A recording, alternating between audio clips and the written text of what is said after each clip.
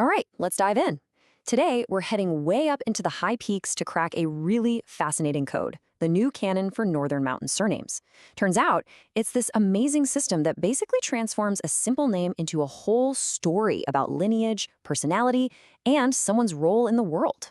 So let's get into it. So what's really a Northern Mountain name? I know, it might sound super complex at first, but once you see the pattern, you realize it's not just a random bunch of sounds. It's kind of like a secret language, right? It's a tiny personal history that tells you pretty much everything you need to know about a person, their family, their temperament, and their place in the world.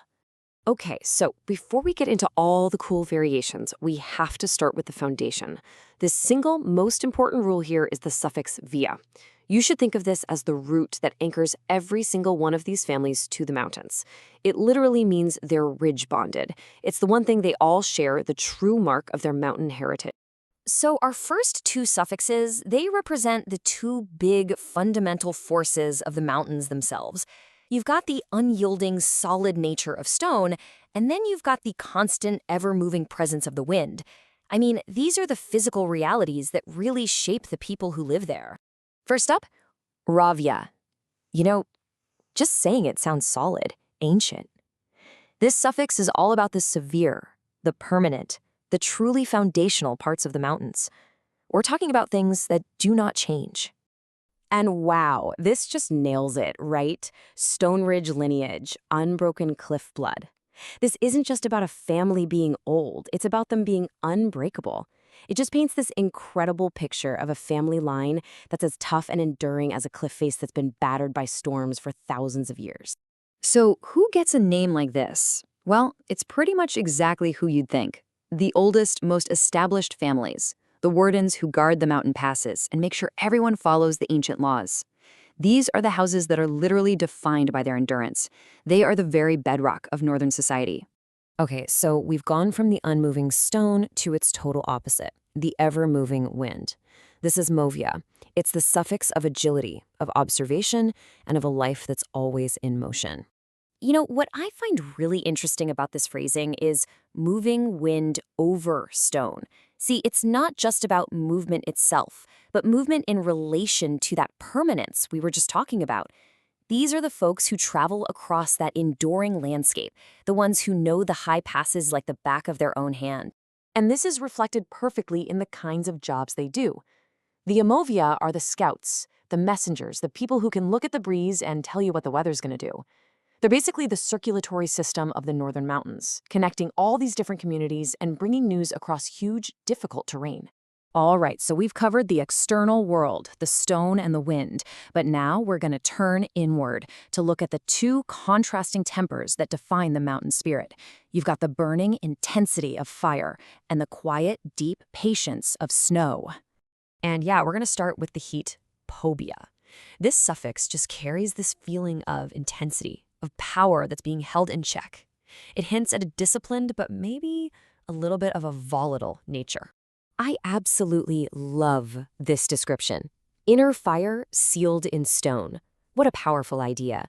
This isn't about someone with an uncontrolled temper. No, this is about immense passion and rage that's been mastered, that's been tempered, and focused into something formidable. It's the restraint that makes it so dangerous. So naturally, the Povea name belongs to the warriors, the duelists who live and die by the blade, the lineages that are known for their fiery discipline.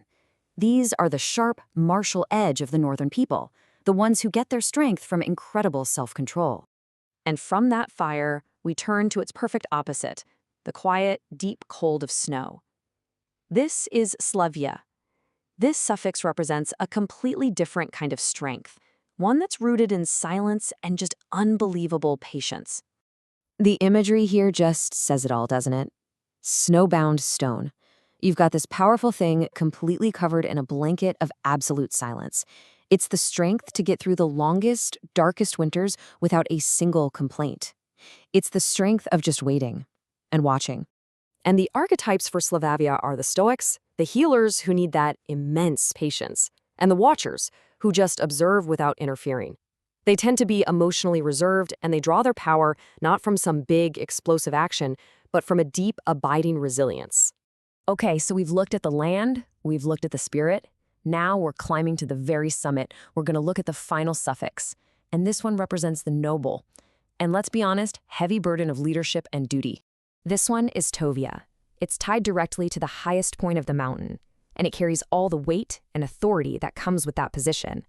This, right here, is the name of command. Oath of the peak. See, the crucial point here is that this isn't just about having power. It's about being bound by duty.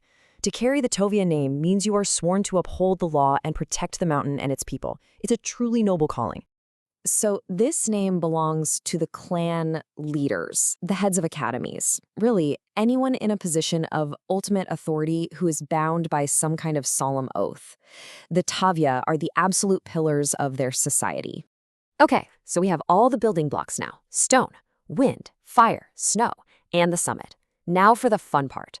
Let's put it all together and see how these different elements combine to form these complete, story-rich names. Okay, check out this canon example. Tarzunaska rovaya.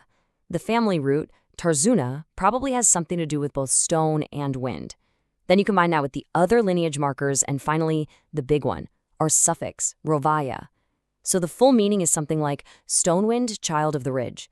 Instantly you know this person comes from an ancient, enduring bloodline that's connected to the most fundamental forces of their home. It tells you a whole story in just a few words. It's brilliant. And here it is, the ultimate cheat sheet. This right here boils down everything we've talked about into a simple, practical guide. So if you need a name for a fierce warrior, you go with Povia. A noble leader, Estovia. An ancient lawkeeper, that's Rovia. A quiet healer, Slovia. And a restless scout, Movia. This is basically your decoder ring for the whole system. So there you have it. We've cracked the code. We've seen that these names aren't just names. They're this elegant system of identity, history, and character, all rolled into one. And that brings me to one last thought. Looking at these archetypes, the disciplined fighter, the oath-bound leader, the ancient soul, the silent watcher, or the tireless traveler, which one of those really speaks to you? Now that you know the code, what would your northern mountain name be?